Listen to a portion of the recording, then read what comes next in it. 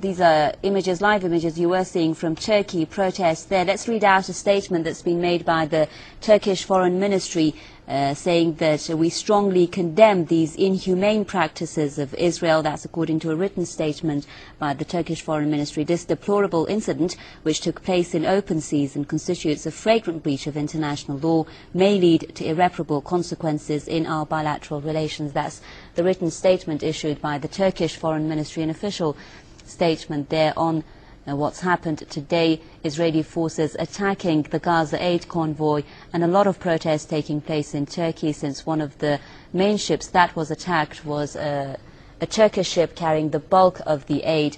And you are seeing their live pictures there, it is, of Istanbul. Protests still continuing outside the Israeli consulate in Istanbul. And of course, Turkish officials have also summoned Israel's ambassador to Ankara over this incident. We'll just have to wait and see what happens, but we're hoping that we're not going to have any more casualties. But according to Israeli channels, the death toll could be more than it's already been reported, because a lot of information is now being blocked, Marzia.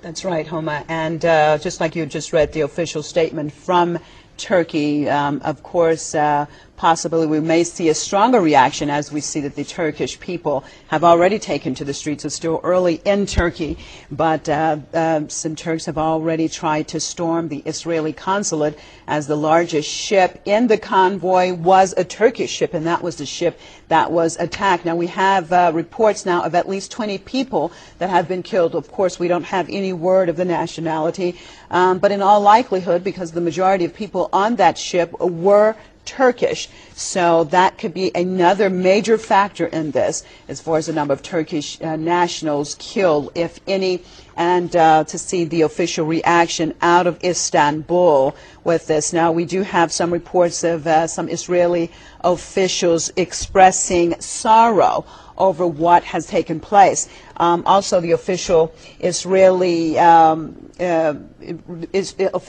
reports are saying that the Israelis that had boarded the ships were actually attacked by the activists. But in all accounts of what we're hearing and what we're seeing, it's not likely that it happened. These ships were in international waters. So the question is why the Israelis boarded the ships to begin with. And of course, the Israelis are saying that they wanted to check out and see what type of goods that the ships were carrying.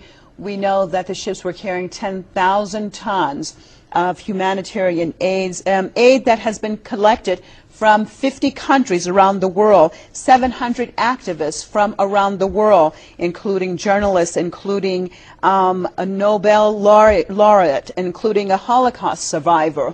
So all kinds of people that said basically they just wanted to break the 3-year siege that has been on the Gaza Strip. The Gaza Strip is a very impoverished area. 1.5 million people. Borders are controlled by the Israelis, except for one side, which is controlled by the Egyptians, and are very, very limited in being able to get any supplies in, which are usually done via underground tunnels that are repeatedly bombed by the Israelis.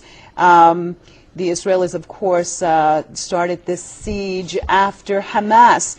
The government in place in Gaza was elected through a democratic process that Israel did not approve of. And from that time on, they have basically continued this blockade, this siege of this area. Now, UN, United Nations, UNRWA have repeatedly said and requested Israel to lift the siege, to allow the humanitarian aid that is needed to get in. But that has not taken place, and we've seen several different convoys throughout the last couple of years of trying to break the siege, trying to get some needed supplies in. There have been some times that some of the activists were allowed in via the Rafah crossing. A lot of the time, some of the humanitarian supplies were not allowed in. The Egyptians kept the supplies on the border, and unfortunately a lot of it was perishable goods. Like medicine that was left in the sun, that was left outside to rot. So unfortunately, a lot of those, though they tried, it was not totally successful. So the 700 activists this time around, it was more of an international makeup, and they felt that they had a greater chance. It was numbers. Strength usually comes in numbers. So with the 6 ships, they thought that they had a better chance to reach the Gaza Strip and break the siege. However, what you're seeing is when the Israeli Navy actually attacked the ships, of course the largest ship being a Turkish ship, that we have these images from Turkish television that had satellite equipment on board, but however has now been blocked. All communications has been blocked, and